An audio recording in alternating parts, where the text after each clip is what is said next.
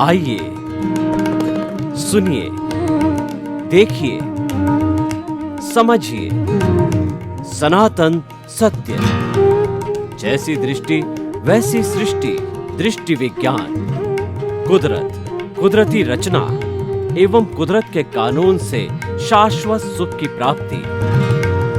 जोधपुर के परम पूज्य महात्मा उपासक प्रोफेसर डॉक्टर सोहन राज तातेड़ के निर्देशन में सनातन सत्य। जैसी दृष्टि वैसी सृष्टि, दृष्टि विज्ञान।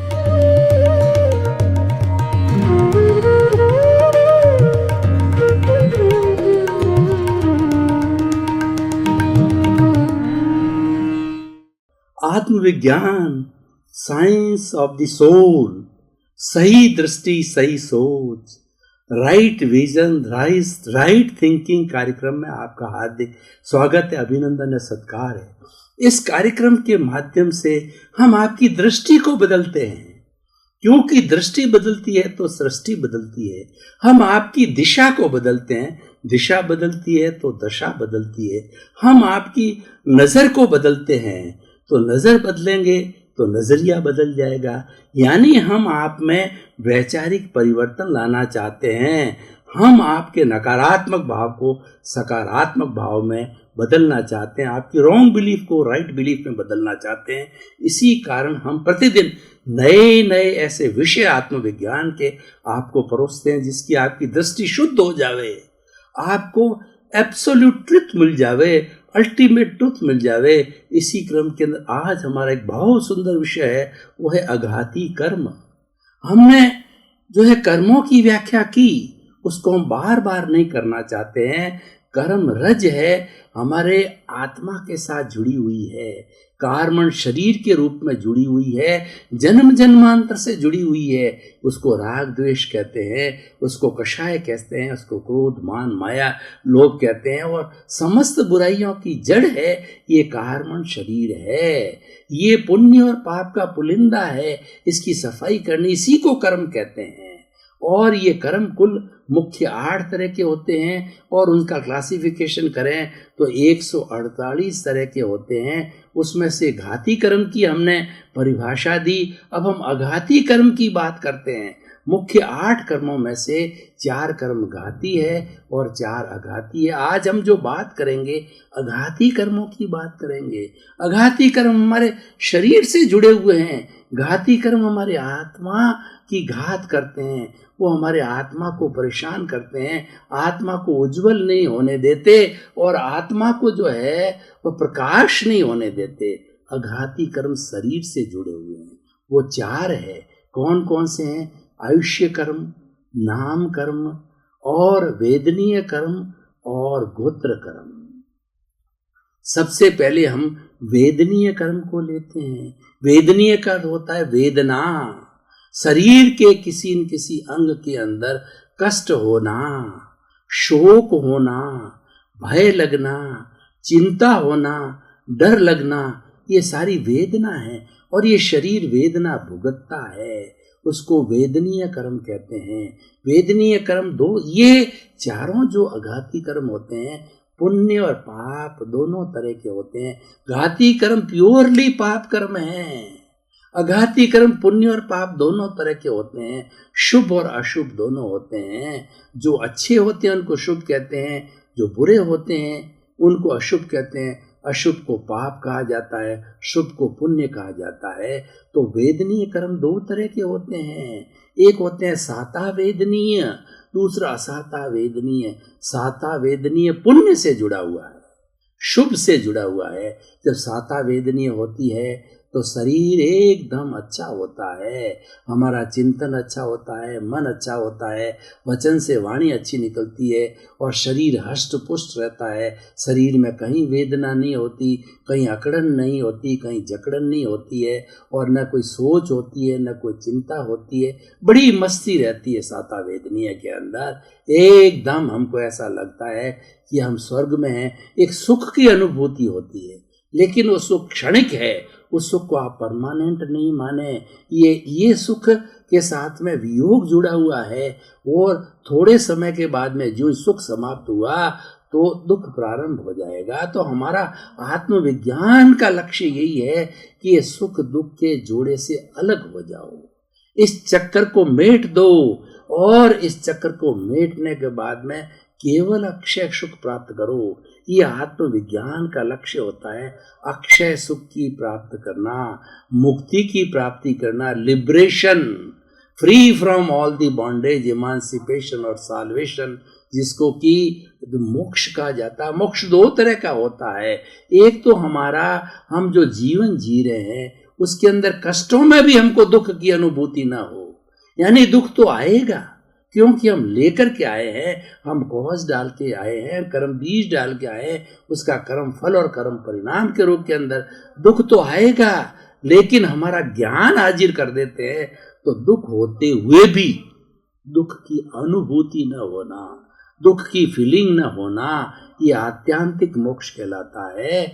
और संपूर्ण मोक्ष होता है जब सारा इस कर्म शरीर को धो देते हैं और इसकी धुलाई कर देते हैं। एक भी कर्म शरीर का जो है पौद्गलिक परमाणु जो है 8 कर्मों का 148 प्रकृतियों का एक भी परमाणु शेष नहीं होता। जैसे शरीर के अंदर पस पड़ती है और एक एक परमाणु को निकाल करके घाव को सुखा दिया जाता है तो फिर उसमें पस नहीं पड़ती, नया घाव नहीं बनता। उसी तरीके से आत्मा सिद्ध बुद्ध और मुक्त बन जाती है। तो हम बात कर रहे थे साता वेदनीय, तो होने से साता होती है, आराम पहुंचता है, सुख मिलता है। असाता वेदनीय, पाप के उदय से असाता वेदनीय आता है, वो से हमारे कष्ट होता है, पीड़ा होती है। और जितनी तरह की सैकड़ों सैकड़ों बीमारियां हैं शरीर की, वो जो है असाता वेदनीय से होती है। आदि व्याधि उपाधि असाता वेदनीय स्वादा, मतलब आदि का मतलब शारीरिक बीमारी, व्याधि मतलब मानसिक जो है बीमारी, मानसिक रोग, और उपाधि का मतलब इमोशंस, क्रोध आना, ज्यादा अहंकार होना, माया लोभ होना, ये उपाधि है। तो ये सारा जो होता है वो असाता वेदनीय से होता है। अब ये साता और असाता बंद कैसे होते हैं? क्योंकि हमें इसके कारणों को पता लगाना पड़ेगा। जब तक डॉक्टर डायग्नोसिस करके और उसके डायग्नोसिस के अंदर कारण का पता नहीं लगाता है तो कैसे वो मेडिसिन डिसाइड करेगा, कैसे डिसाइड करेगा कि किस चीज़ की कमी है शरीर के अंदर, या मानसिक रूप से जो साइकेट्रिक होते हैं तो उसके जीवन को नापते हैं। और दूसरा क्या, इमोशंस की बात को देखते हैं, कितना क्रोधी है, अहंकारी है, माया लोभ, कौन सी चीज़ तकलीफ कर रही है, वो डायग्नोसिस। तो कर्म जो है ये आघाती कर्म का जो वेदनीय कर्म बंधने का कारण क्या है कि हम किसी को वेदना देते हैं, किसी भी प्राणी को कष्ट देते हैं। एक इंद्रिय से लगा के पंचेंद्रिय तक के प्राणी हैं, और हमारे जो स्थावर प्राणी हैं या हमारे तृष प्राणी हैं उनको हम रौंदते हैं, उनको हम काटते हैं, उनको पीटते हैं। जैसे पेड़ है, पौधा है, ये सब एक इंद्रिय जीव है।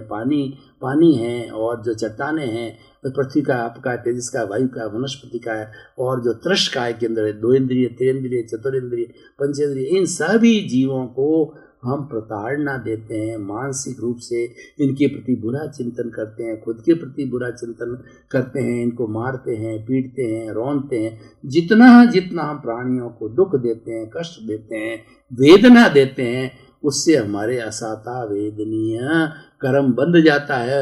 और जितनी उनकी सेवा करते हैं, अभय दान देते हैं, हम प्राणियों को जो है सब्जी है वगैरह, पेड़ पौधों को काटते नहीं, पानी उतना ही उपयोग करते हैं जितनी पृथ्वी का, आपका तेज का, वायु का, वनस्पति का है, और ये उतनी ही जिनको आवश्यकता हो उतनी उपयोग करते हैं। और तृष काय के जीवों को देख के चलते हैं, कोई चींटी पैर के नीचे नहीं आ जाए, कहीं पर पड़ी है तो पानी नहीं डालें। यानी हम जो है इन प्राणियों को साता पहुंचाते हैं, तो हमारे साता वेदनीय का जो है वो मुक्ति मिलती है, कटता है।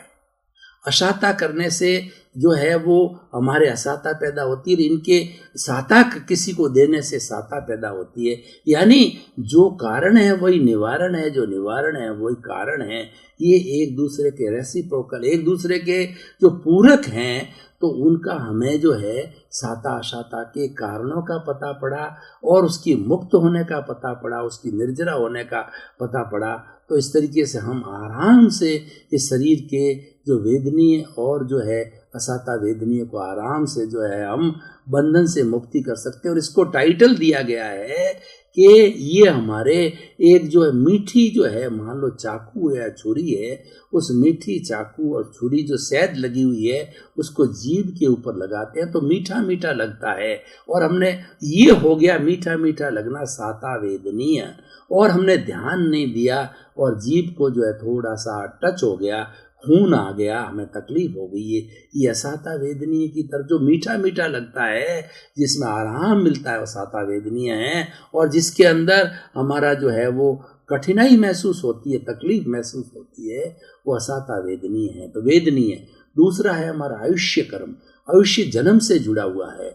व्यक्ति आयुष्य कर्म के अधीन ही जन्म लेता है और आयुष्य कर्म के अधीन ही ये शरीर छोड़ता है। जितना जितना आयुष्य होता है, जीवन होता है, वो उतना उतना व्यक्ति जीता। उसे एक क्षण भी, कोई भी इस 84 लाख जीवा योनि के अंदर कोई भी ऐसा प्राणी नहीं है जो कि आयुष्य कर्म के अधीन न हो या आयुष्य कर्म से अतिरिक्त जी ले, नहीं जी सकता। आयुष्य का जो बंधन, अगर हमारा इस जीवन का आयुष्य का बंधन पूर्व जन्म के अंदर करके हम इस आयुष्य का बंधन लाएंगे, और ये शरीर तब छूटेगा जब हम अगले जन्म का आयुष्य का बंधन जो है हमारा रिटर्न टिकट जो है हम साथ लेके आते हैं। जब तक हम अगले का जो आयुष्य का बंधन नहीं करेंगे, बंधन जब तक नहीं होगा, तब तक ये आत्मा ये शरीर छोड़ नहीं सकती। और जितना हमारा आयुष्य एंड हो रहा है, नहीं तो लास्ट का अंतर मुहूर्त है, उसमें हमारे कर्म का जो है आयुष्य कर्म का बंद हो जाएगा। जो है ये भी दो तरह का होता है, एक तो होता है शुभ आयुष्य, एक होता है अशुभ आयुष्य। शुभ आयुष्य कौन सा होता है? नरक गति, तिर्यंच गति, मनुष्य गति, देव गति, ये 4 तरह के आयुष्य होते हैं। तो जो नरक गति होती है, तिर्यंच गति होती है, ये अशुभ आयुष्य होता है, क्योंकि इसमें कष्ट ही कष्ट होता है। नरक के अंदर कहते हैं, नरक का कीड़ा बोलते हैं, तो नरक के अंदर तो दुख ही दुख भोगा जाता है। और जिसको सबसे ज्यादा दुख भोगना होता है, सबसे ज्यादा हिंसा और बुरे कार्य करता है, अनैतिक कार्य करता है, वो नारकी में जाता है और वहाँ दुख भोगता है। और तिर्यंच के अंदर पशु पक्षी पेड़ पौधे, इनको सर्दी सहन करनी पड़ती है, गर्मी सहन करनी पड़ती है, भोजन का कहीं पता नहीं है, बरसात का जो सहन करनी पड़ती है, सभी तरह की तकलीफों को इन्हें सहन करना पड़ता है। इनका कई बार इनको उपचार भी नहीं होता, वेदना सहन करनी पड़ती है और ये ज़्यादा बोल भी नहीं पाते हैं। तो ये जो है गति भी अशुभ होती है। शुभ गति कौन सी होती है? वो होती है हमारी मनुष्य गति। मनुष्य बड़े आराम से रहता है, ऐश आराम से रहता है, प्रभु भक्ति कर सकता है, सारे बढ़िया से बढ़िया कार्य है मनुष्य कर सकता है। अगर बुद्धि का सदुपयोग करे तो वो सज्जन व्यक्ति बन जाता है, और बुद्धि का दुरुपयोग करे तो दुर्जन व्यक्ति बन जाता है। ये निर्णय उसके हाथ में है कि मुझे जो है सज्जन बनना है या दुर्जन बनना है। ये पुरुषार्थ करता है तो सज्जन बन जाता है, और कुपुरुषार्थ करता है तो दुर्जन बन जाता है। तो ये जो है हमारा आयुष्य, मनुष्य जीवन, और देव गति तो पूरी एंजॉयमेंट की होती है। वो देव देवियों के साथ में नाटक देखते हैं, बड़े बड़े सुंदर हॉल होते हैं। हम स्वर्ग की जब परिभाषा देते हैं तो कहते हैं ये स्वर्ग का जीवन जी रहा, स्वर्ग में आनंद ही आनंद होता है और दुख नहीं। एक एक नाटक जो देवता लोग देखते हैं वो हमारे यहाँ पे एक शताब्दी निकल जाती है। इतने बड़े बड़े नाटक वो एक समय के अंदर देखते हैं, और उनका आयुष्य बहुत बड़ा है, 10,000 वर्ष मिनिमम होता है, और 33 सागरोपम इतना उनका जीवन होता है। इसीलिए बड़े बड़े नाटक देखते और एंजॉय करते हैं। लेकिन वो भी ये इच्छा करते हैं कि हम मनुष्य जीवन के अंदर जाएं, क्योंकि मनुष्य जीवन के अंदर संवर हो सकता है।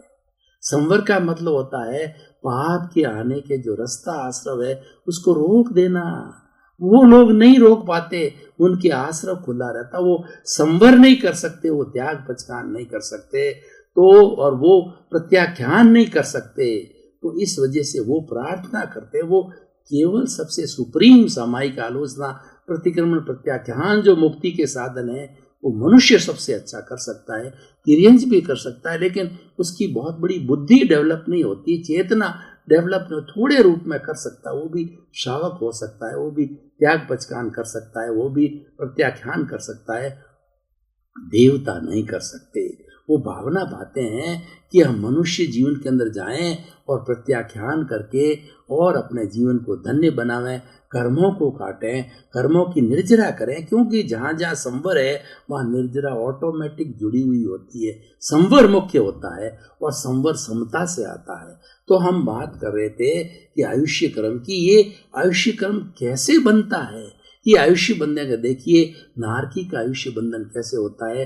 जो सबसे सात्वीं और जो नीची नारकियाँ होती है वो अति हिंसा करना, पंचेंद्रिय जीवों का वध करना और हिंसा का कार्य करने वाला वो नारकी जीवन बांधता है और पंचेंद्रिय की वध करता है, वो सातवीं नारकी तक जाता है।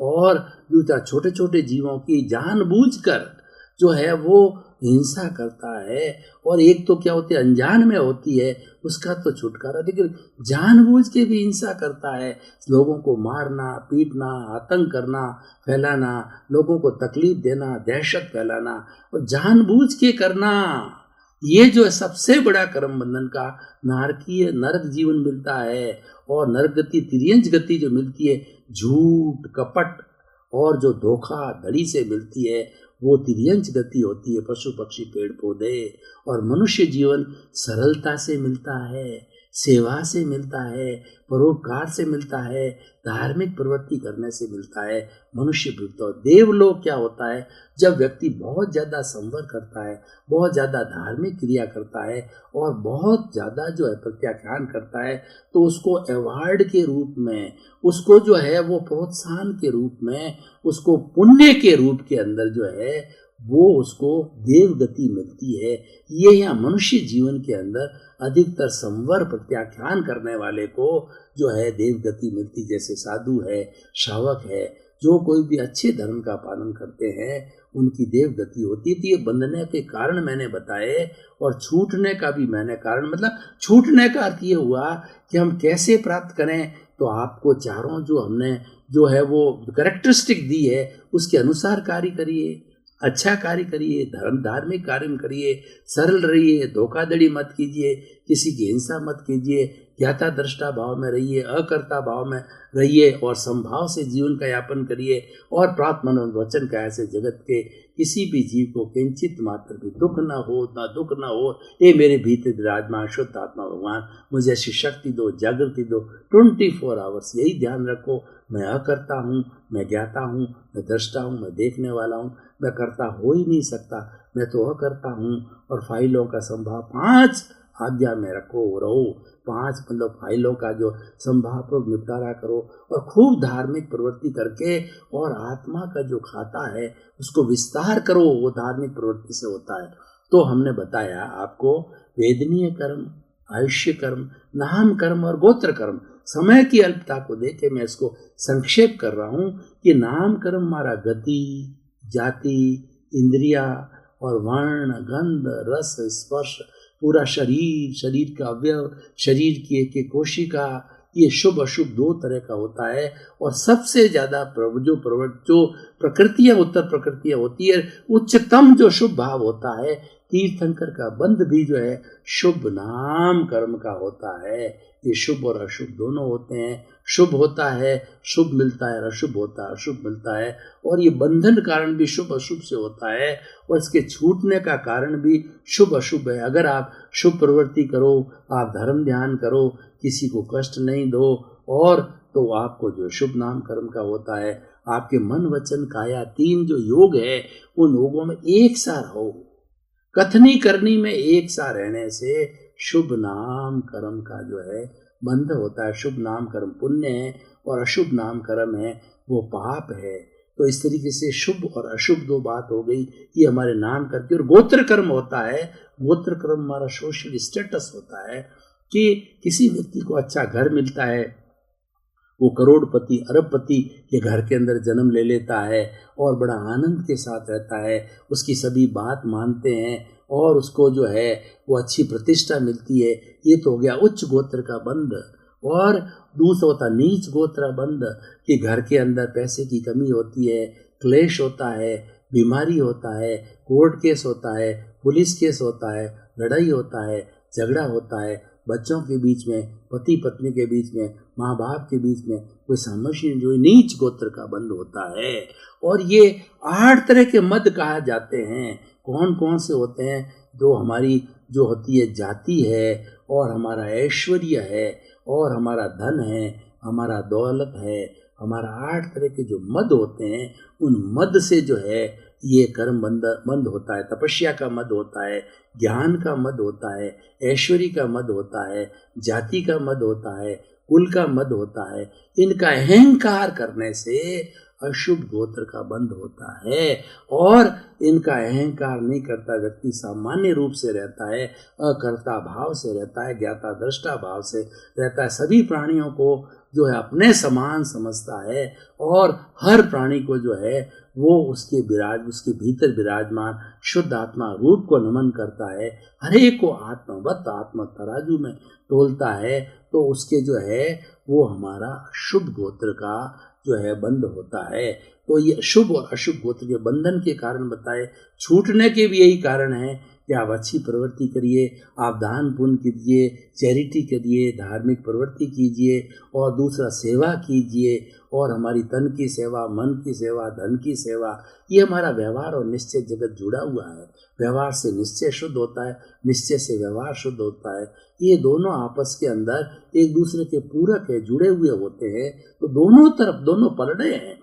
तराजू के एक पलड़े को ध्यान देने से कुछ नहीं होगा। एक पलड़ा नीचे चला जाएगा, दूसरा पलड़ा ऊपर रहेगा, तो क्या हुआ? पलड़े समान रहने चाहिए। उसको न्याय, तराजू को एक न्याय बताया गया। न्याय ये कि व्यक्ति को जैसे वो व्यवहार शुद्धि करता है, निश्चय शुद्धि भी करनी चाहिए। जैसी निश्चय शुद्धि करता है वैसा व्यवहार शुद्धि भी करनी। दोनों का सामंजस्य बढ़ाएंगे, जब जाके हमें मुक्ति मिलेगी।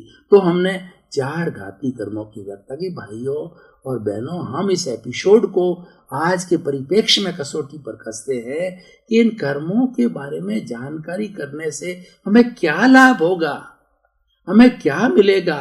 आपको सब कुछ मिलेगा जो आप चाहते हो। ये जन्म भी अच्छा बनेगा, और आपका अगला जन्म भी अच्छा बनेगा, आपका वर्तमान भी अच्छा बनेगा, और आपका भविष्य भी अच्छा बनेगा। जिसका वर्तमान अच्छा है, इसका मतलब भूत में अच्छा करके आया, जब वर्तमान में अच्छा है, वर्तमान अच्छा करोगे तो निश्चित तौर पे आपका भविष्य अच्छा होगा। तो इसको हम अखंड रूप में समझें। हमारे भूत को, वर्तमान को और भविष्य को अखंड रूप के समझने का मतलब ये है, वर्तमान में रहो, लेकिन वर्तमान है वो हमारे जो है भूतकाल की पुनरावृत्ति है, या उसकी प्रतिध्वनि है। और हमें आगे जो जाना है, क्योंकि ये तो जन्म मरण का चक्कर जब तक हम मुक्ति में नहीं जाएंगे चलता रहेगा। सुख दिया है, सुख मिलेगा, और यहाँ पे किसी को सुख दोगे तो आने वाले समय में आपको सुख मिलेगा, और इसका विपरीत करोगे तो विपरीत मिलेगा। तो कहने का अर्थ ये है कि ये घाती अघाती कर्म को समझने से हम बुरी प्रवृत्तियों से बचेंगे, हमारी रॉन्ग बिलीफ समाप्त होगी, हमें सम्यक दर्शन मिलेगा कि what is the right thing, what is the right attitude, what is the ultimate truth. कुदरत का क्या कानून है, क्या सनातन सत्य है, और मुझे किस रास्ते पर चलना है कि अक्षय सुख की प्राप्ति हो, और मैं एक अच्छा इंसान बनूं, स्वयं के लिए, परिवार के लिए, समाज के लिए, देश के लिए, और वसुधैव कुटुंबकम विश्व के लिए मैं एक बहुत अच्छा व्यक्ति बनूं। जितना जीऊं मैं बड़ा आनंद के साथ में जीऊं, और मुझे लोगों के अंदर मेरे अच्छे कार्यों की वजह से प्रतिष्ठा मिले। बुरे कार्य करने से जो व्यक्ति को जो है वो अप्रतिष्ठा मिलती है, बदनामी मिलती है। बद अच्छा बदनाम बुरा, हमें जीवन के अंदर बदनाम नहीं होना है। बदनाम होता है कुकृत्य करने से, कुकृत्य सभी जानते हैं, और हमें उन कुकृत्यों की तरफ मुंह मोड़ लेना है। हमें सुकृत्यों को देखना है, अच्छाई के पलड़े में रखना है। दोनों पलड़े हैं, जो कुकृत्य है, जो बुराई का पलड़ा है, वो तो हम लेके आते हैं, वो भरा पड़ा है, उसमें हमारा कोई पुरुषार्थ नहीं। हमारी जागृति पुरुषार्थ है, अच्छाई के परड़े में रहना, अच्छाई के पाले में रहना, अच्छाई के पाले में रहने के लिए ही आत्मविज्ञान कार्यक्रम चालू किया गया है। सही दृष्टि, सही सोच को डेवलप किया जाता है और आपको रॉन्ग बिलीफ को समाप्त करते हैं। सारे एपिसोड के केंद्र के अंदर हमारी आत्मा है। हर एपिसोड का हर शब्द, हर एपिसोड का हर चिंतन आत्मा से जुड़ा हुआ है। हम आत्मा की बात करते हैं, आपकी आत्मा की बात, मेरी आत्मा की बात, 84 लाख जीवा योनि प्राणियों की आत्मा की बात। क्योंकि आत्मा है तो सब कुछ है, आत्मा नहीं है तो राम नाम सत्य है। खाना पीना, उठना बैठना, सोना धोना, विचार, मन, वचन, काया, पद, प्रतिष्ठा, ये कहाँ से आता है? ये आत्मा की एनर्जी से आता है। आत्मा हमारे एक एक शरीर के एक एक परमाणु को चार्ज करती है और वही नहीं है डेड बॉडी, तो उसकी कोई उपयोगिता नहीं है। और आत्मा के लिए बताता हूँ कि अगर आप गणित का एक आपको उदाहरण देता हूँ कि गणित के अंदर एक होता है, अब उस एक के पीछे आप 0 0 0 लगाते जाइए, कोई वैल्यू नहीं, और आगे और उस एक के पीछे 0 0 लगाते जाइए, 10 100 1000 लाख 10 लाख करोड़, वो एक है, आत्मा है। यानी ये आत्मा है तो इन सभी प्रवृत्तियों की वैल्यू है, और ये नहीं है इस साइड के अंदर लगाते रहो, कोई वैल्यू नहीं है, क्योंकि ये इस साइड के बारे में, इसका जो डायरेक्शन है इस साइड में लगाने से कोई वैल्यू। यानी आत्म तत्व है तो सब कुछ है, और आत्म तत्व नहीं है तो कुछ भी नहीं है। हमारी ये प्राइम चीज है।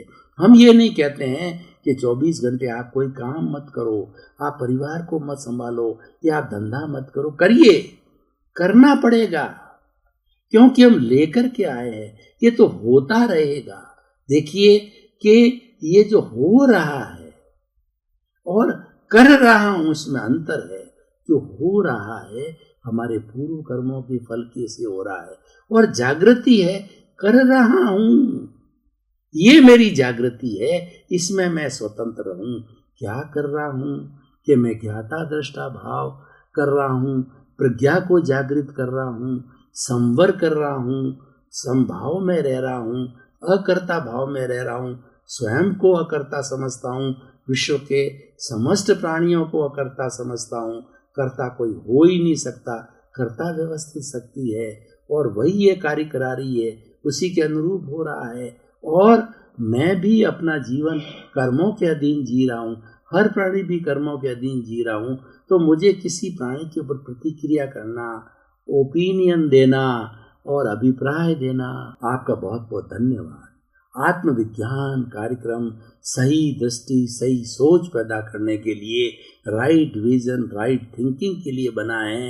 ये साइंस ऑफ द सोल है, बहुत बड़ा, इसमें सारा ब्रह्मांड छाया हुआ है, पूरा ब्रह्मांड इस विज्ञान के अंदर है। और जो आत्मा को जान लेता है ब्रह्मांड को जान लेता है, जो ब्रह्मांड को जान लेता है वो आत्मा को जान लेता है। इतना विशाल विषय है कि इस विशाल में से, गोभी की परतों में से परत खुलती रहेगी, हम प्रतिदिन परतें खोलते रहेंगे, क्योंकि भीतर अक्षय ज्ञान है, भीतर से आ रहा है। मैं कोई पुस्तक पढ़ के कोई बात नहीं, मेरी सरल सरल भाषा जो प्रभु बता रहा है वही आपको परोसता जा रहा हूँ, और निरंतर परोसता जाऊंगा। ये एंडलेस चीजें हैं, इसका कोई अंत नहीं, क्योंकि अनंत ज्ञान है। इसी क्रम में आपका जीवन आनंदमय हो, मंगलमय हो, सुखमय हो। आपके प्रति